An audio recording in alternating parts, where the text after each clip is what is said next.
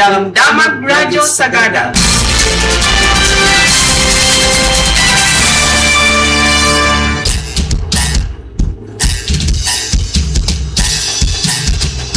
Naimbag manangal daw iti Miyerkules daytoy iti midday news siyak ni Simbay para kadagiti damdamag. Para iti ulo dagiti damdamag iti lokal ka na regional sakit dagiti baboy iti Sagada medyo tinmal na ngem balakad latta ti omag saan nga agkumpiyansa. Libre nga konsultasyon kan hepatitis B screening na baligi anay patungpal kas paset dagiti serbisyo apang salunat iti Sagada. Zero Forest Fire Incident Award may pa iti 87 nga barangay iti Montañosa. Serbisyo nga skills training ti TESDA ng benepisyo kadagiti residente ti Barlig ken Bontoc. 1.35 million pesos at tulong pangkabyagan ti Dole na itden ijay natonin. Umuna nga fire drill sa Jay Barlig na ipatungpal para itimas nakasagana nga komunidad. 7,000 na surok nga free SIM cards paay ti DICT kadagiti pagadalan ditoy Mountain Province. Tax amnesty, nalpasan, revision para iti revenue code ti Mountain Province narugyan. Iti ulo dagiti damdamag iti Region Cordillera, Commission on Filipinos Overseas nagbalaag kontra iti nagabalaag kontra iti mail order spouse scheme nakamaskara iti online dating.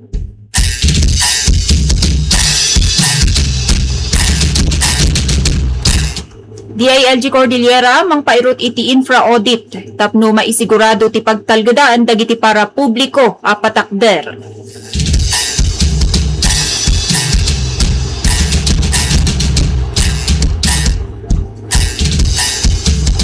Kan sektor iti agrikultura mangipanpanawagan iti tulong pang ekonomiya kan proteksyon iti dagaan nagtaudan sakbay iti SONA ni Pangulo nga Bongbong Marcos.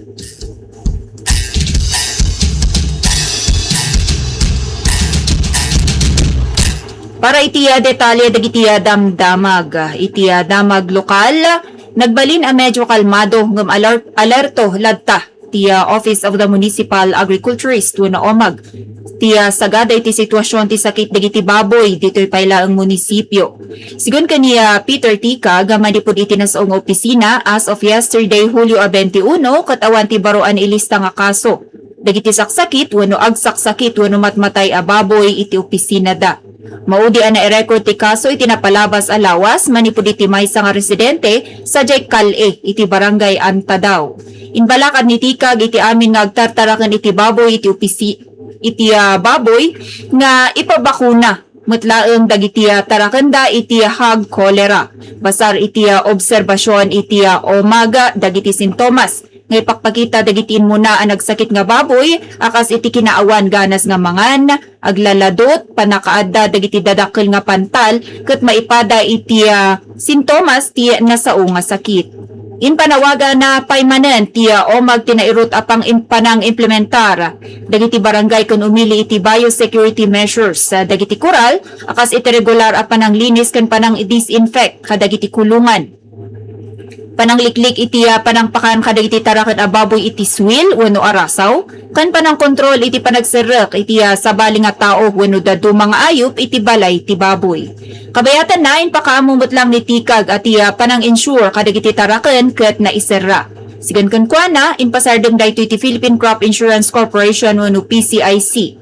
Daytoy nga rod aplikasyon para iti animal insurance iti Sagada gaputa na ibusen tinailatang apondo para iti munisipyo ita nga tawen 2026. Gapu ditoy ket mas anay papigsa ti daw iti publiko nga mas nga aganad ken disiplina ti ipagna tapno maliklika na ti dakkel apan nakalugida.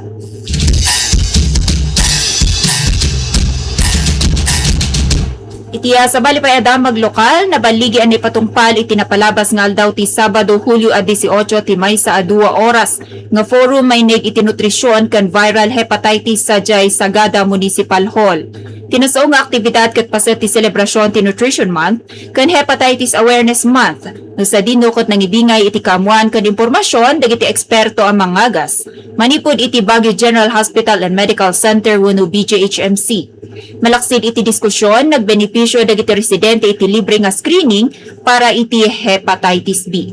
Dinmanon iti 50 nga residente tinabaligi ang naserbisyoan. Dakala panagyaman met tindanon ti lokal a gobyerno kan ti entero a komunidad kadagiti doktor kan kamang ti BGHMC para iti awan sarday a panagserbisyo kan panang isakit da iti salunat dagiti umili iti sagada.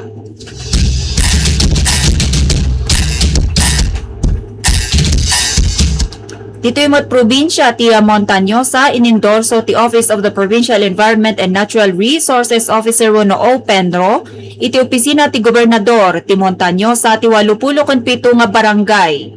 Iti probinsya para iti Zero Forest Fire Incident Award iti napalabas at taon 2025. Basar iti naiaramid nga balidasyon iti balidasyon dagiti nagduduma nga ahensya iti napalabas a bulan iti Marso na panagnakan nga awan ti nailista nga uram iti kabakiran dagiti naso a barangay manipud iti bulan ti Enero hanggang iti bulan ti Disyembre ti napalabas nga tawen. Tinasawa pa ng bigbig kat may nurot iti Provincial Ordinance No. 531 wenno Forest Fire Prevention Ordinance ti probinsya. Amang pangpanggap asalakniban ti aglawlaw, labanan ti kaingin ken aksidente a panakauram dagiti bantay ken kabakiran. Gapu iti panagbaligi dagiti barangay ken aktibo a panang bantay iti aglawlaw ket umawat ti tumunggal barangay iti tigsa nga 10,000 nga insentibo. Malaksid pa iti regular at 30,000 nga tulong pinansyal manipod iti provincial local government unit.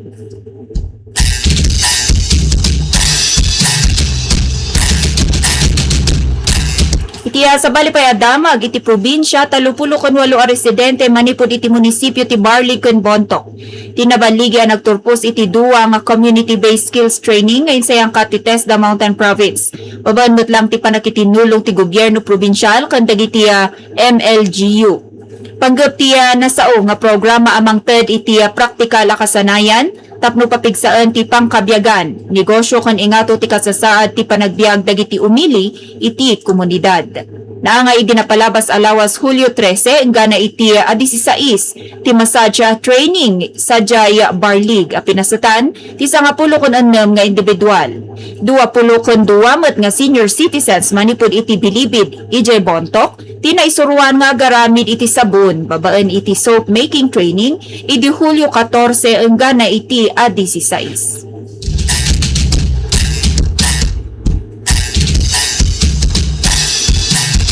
Iti sa bali adamag in pa IT Department of Labor and Employment wenno Dole Mountain Province Field Office ti maysa nga livelihood check nga agpateg iti 1.35 million pesos para iti munisipyo ti Natoni.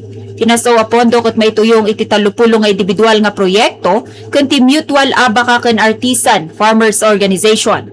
Tapno makatulong amang paduras iti lokal a pangkabyaganda.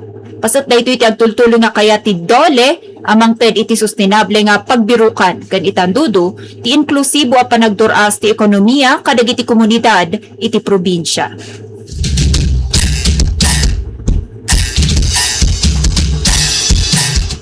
Ijaya Barlig ket baligi lang tinsayang ka ti Barlig Fire Station. Kadwa ti Barlig Municipal Police Station ken nagdudumang opisina ti lokal a gobyerno. Para iti kaunaan nga fire drill iti nasao iti nga ruda daytoy nga munisipyo iti napalabas nga lawas. Iti panag-uni iti alarma ket napartak ken nasimpa nga nagbakwit dagiti kamang ti Barlig Municipal Building. Paturong iti evacuation area iti tulong ti Incident Management Team ken Municipal Fire Auxiliary Group. Napardas ang nagresponde dagiti tauhan ti Bureau of Fire Protection tapno ipakita ti usto a pamayan ti panag-apula iti apoy maibilangan ti panagusar iti fire extinguisher kanda dumapay aramit pangpatay iti apoy. Kalpasan ang maideklara nga fire out ket naisayang katmet ti post evaluation meeting tapno kita ang tinagbalin at taray ti panagsanay tapno mas ang mapapigsapay ti panagsagana ti munisipyo iti Didigra.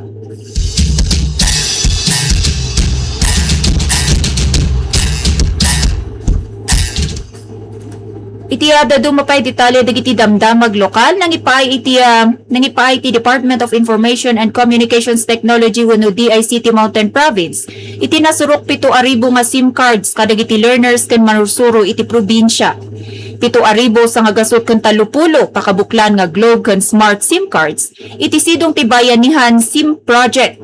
Tiimpaay ti DICT Mountain Province iti 70 a para publiko nga pagadalan iti munisipyo ti Bauco, Sabangan, Sagada, Tadjan ken Busaw. Sigun kada Project Development Officers Aldrin Tumasig, Claribel Culyogon, ken Information Officer Winston Apolinar, titumunggal SIM card kataglaon iti 25 gigabytes nga data. Binulan na mausar iti lasod ti makatawan no nairehistro. Akan da ito'y nasyonal nga inisyatibo ti DICT, ang mangidanon iti libre nga internet para iti online learning. Napaparta nga pa ng akses kadagiti serbisyo ti gobyerno kon komunikasyon iti panawan ti emerhensya nang runa kadagiti na dayo kon sulsulin ng aluglugar iti pagilian.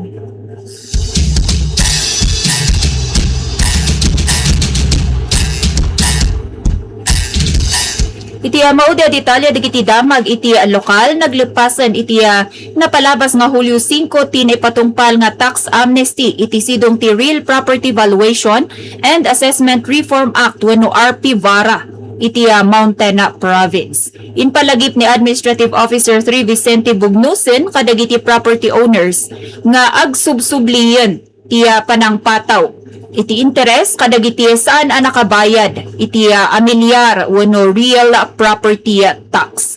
Malaluko iti amin nga dati utang da iti buwis nga agbayad adagos tapno makaliklik iti nayon nga dusa ken charges. Nayon ditoy ket impakaamo ti opisina ti Provincial Treasury ang narugyanan ti panang repaso iti Provincial Ordinance number 314 wenno Revenue Code ti Montañosa. Nakalukat ti gobyerno probinsyal kadagiti opinyon ken rekomendasyon manipud iti publiko ken nasabasabali a sektor tapno mapasaya at ti koleksyon ken serbisyo iti probinsya.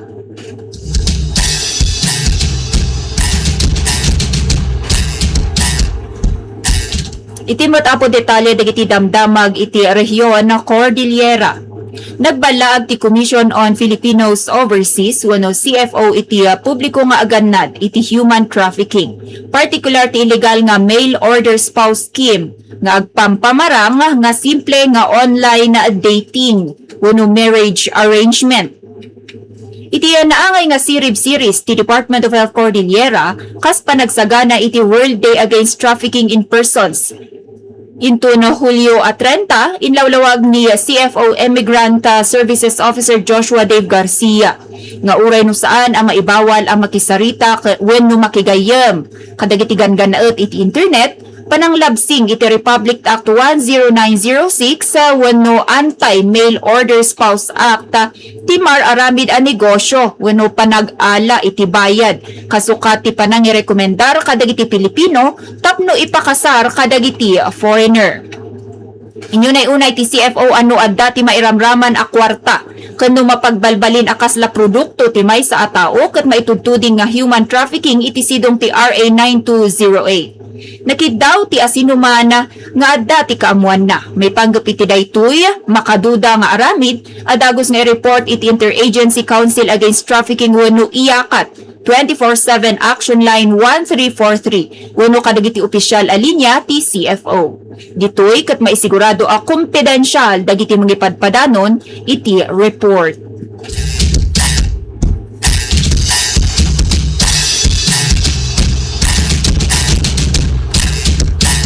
Tiya sa balipay adamag iti rehiyon ket ipatpatungpal ti Department of the Interior and Local Government Cordillera wenno DILG CAR ti panang ipairteng iti infrastructure audit kadagiti probinsya tapno maisigurado ti pagtalgedan ken kinatibker dagiti para publiko a pasilidad kontra kadagiti napipigsa nga gingined ken dumapay a didigra. Iti naaramid nga iti daytoy ket inpalawag ni DILG Cordillera Regional Director Attorney Anthony Nuida nga panggepen ti aktibidad nga i-capacitate wenno sanayen dagiti lokal nga gobyerno usar dagiti baro nga infrastructure audit tool para iti pauna nga panang ebalwar kadagiti patakderda.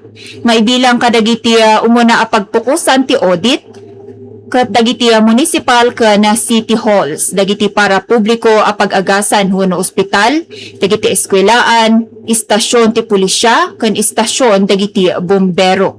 Mayraman mo't lang dagiti pasilidad para iti danom ken kuryente. Sigon kaniya Shakila Boraga, Chief ti Project Development Management Unit ti DILG Cordillera, numan rumwar iti audit asaan nga natalget ti maysa a patakder kontra iti daytoy panagdayeg ket dagos a mairekomendar para iti structural analysis dagiti inhinyero tapno makaaramid iti kinakasapulan a panang patibker ken mapatalinaed a natalged dagiti umili.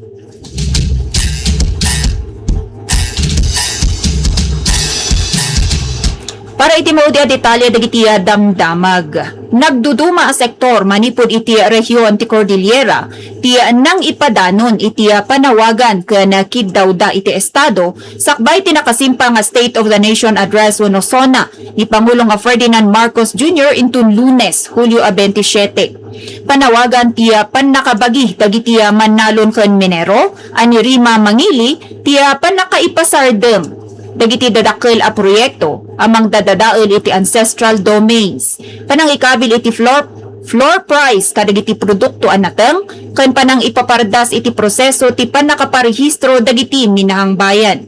Nayon ditoy ket paganetgetmet ni Melchor manipod ditoy Mountain Province ti panang waswas iti panang agaw kadagiti daga ken sibubukol a respeto iti free prior and informed consent wenno FPIC dagiti nainsigudan nga komunidad. Inbagamot lang ti para publiko a driver ani Louie Aquino manipod iti syudad ti Baguio tikid daw para iti konkreto nga aksyon kontra iti inflasyon nangina a presyo ti lana ken dagiti magatang.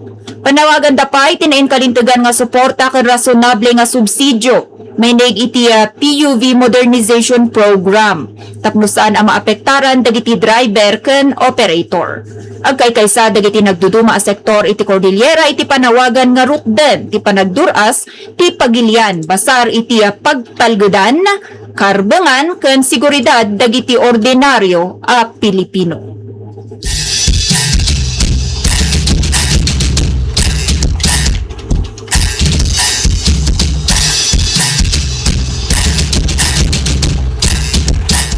Kata dagita nga rod apo, dagiti naibingay tayo nga damdamag para iti radyo Sagada News Midday Edition. Siya kailang ni Simbay para iti panakaibingay dagiti damag iti katangaan iti aldaw. Naimbag nga oras, good afternoon.